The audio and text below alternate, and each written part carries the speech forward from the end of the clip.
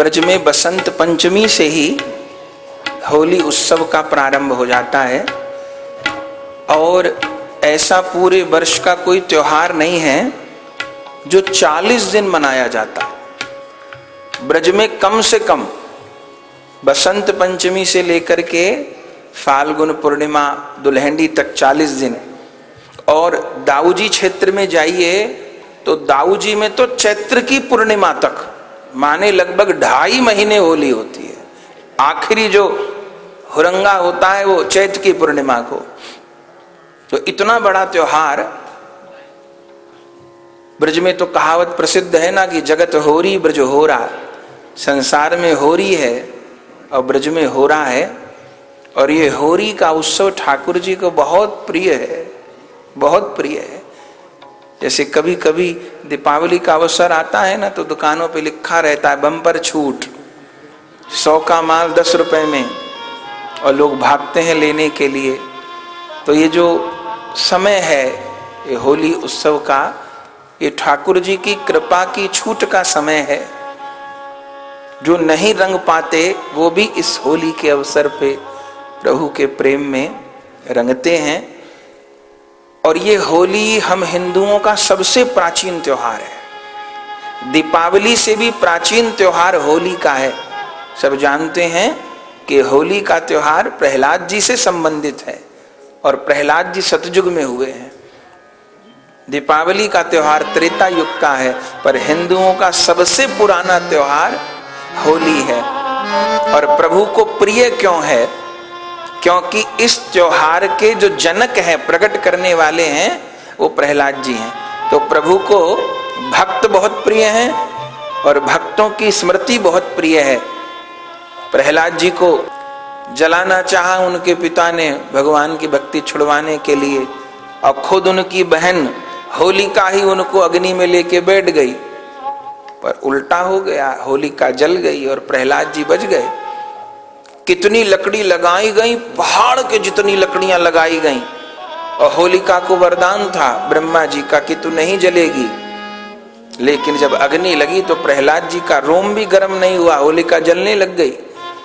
तब उसी समय वो चीखी, ब्रह्मा जी झूठे, ब्रह्मा जी झूठे। मुझे नहीं पता था देवता भी झूठ बोलते हैं।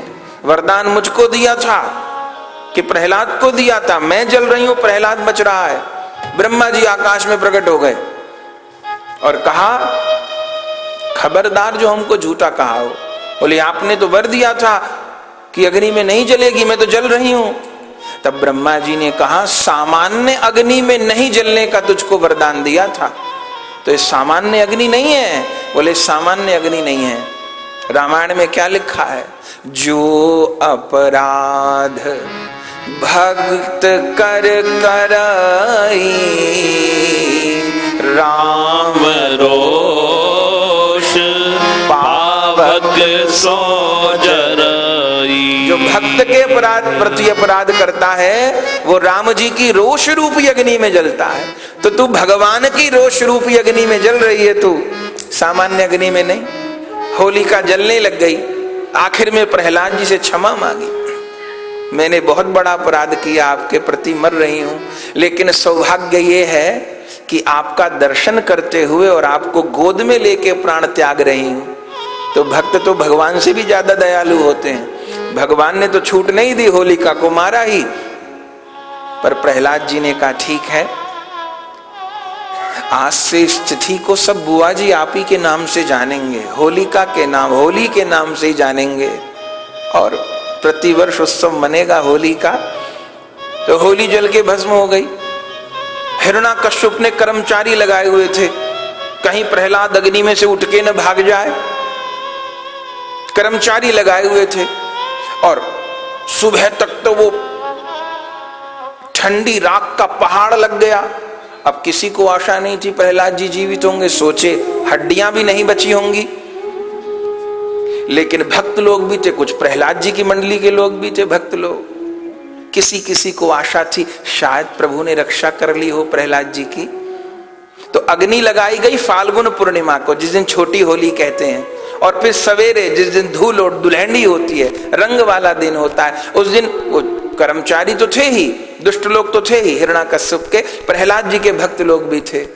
धीरे धीरे राख को हटाने लगे। शायद किसी ने कहा नहीं बचे होंगे, चलो कम से कम प्रहलाद जी की अस्थियों को तो गंगा जी में प्रवाहित कर देंगे। धीरे धीरे राख को हटाने लग गए, और जैसे धीरे धीरे राख को हटाए तो भीतर से आवाज आ रही थी, श्री हरि श्री हरि श्री हरि श्री हरि। और जैसे राख को हटाए तो प्रहलाद जी के सारे अंग में राख लगी थी, और प्रहलाद जी नेत्र बंद करके हरि स्मरण में लीन थे। अरे तब तो सब लोग राजी हो गए, और गोद में उठा के प्रहलाद जी को तो कंधे पे रख लिया, और वो जो प्रहलाद जी के शरीर से छुई हुई जो प्रसादी धूल थी, राख थी, रज थी, उसको ले लेकर सबने एक दूसरे के माथे पर लगाया, एक दूसरे को गले लगाकर बधाई दी। भैया बधाई है, आज भक्ति की जीत हुई है, धर्म की जीत हुई है, अधर्म की हार हुई है। तो इसलिए उस तिथि को दुल्हैंडी कहते हैं, धूलोट कहते हैं, क्योंकि उस प्रहलाद जी की प्रसादी रज को, राख को सबने एक दूसरे के माथे पर लगाया। तो भक्तों ने तो उत्सव मनाया, उस धूल को उड़ाया, धूलोट हुई, धुलैंडी मनी। लेकिन जो हिरण्याकश्यप के खानदान के लोग थे उसके पक्षधर थे। खबर पहुंची हिरण्याकश्यप के पास, अरे महाराज क्या हुआ, प्रहलाद मरा? बोले नहीं मरा, आपकी बहन मर गई। और जब सुना अरे मेरी बहन मर गई, बहुत गुस्से में आया। सोचा कि नहीं नहीं, जरूर ये जो मेरे कर्मचारी रक्षक हैं ये सब प्रहलाद की बातों में आ गए हैं, जो उसके साथ लगता है बहक जाता है। तो जितने वो जो राक्षस हैं वो मिले हुए हैं, नहीं तो कैसे हो जाएगा। तो आज्ञा दे दी सैनिकों को, वो जितने सब दुष्ट खड़े हैं उन सबको मार लगाओ। तो जितने कर्मचारी राक्षस सैनिक थे उन सबको खूब मार लगाई गई, नाली में गिरा गिरा करके। अब वो उनको मारे, वो उनको मारे। तो होली पे दो काम हुए। तो आज भी होली पर दो प्रकार के लोग दिखाई देते हैं।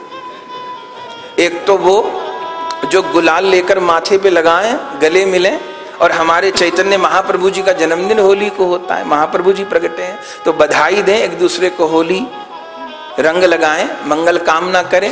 तो उनको देखिएगा, समझिएगा प्रहलाद जी के खानदान के लोग हैं। और एक दूसरा वर्ग वो भी है जो दारू पी के धुत और इस नाली में गिरे और उस नाली में गिरे। तो समझना चाहिए वो हिरण्याकश्यप के समर्थक हैं, हिरण्याकश्यप के पक्षधर लोग हैं। तो आज भी दो ही प्रकार के लोग। तो ये नई बात नहीं है, ये प्राचीन है। नहीं तो कुछ लोग संसार में पढ़े लिख के कहते हैं होली का त्योहार गंदा। अरे नहीं भाई, कहना पाप है।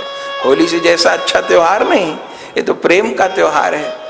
तो इतना ठाकुर जी को प्रिय है, जो त्योहार सबने मनाया है, भगवान लक्ष्मी नारायण ने भी मनाया। स्वयं ग्रंथों में उल्लेख है विष्णु पुराण में, होली के दिन नारायण लक्ष्मी जी को रंग लगाते हैं, लक्ष्मी जी नारायण को रंग लगाती हैं, और प्रहलाद जी के भक्ति उत्सव की बधाई देते हैं।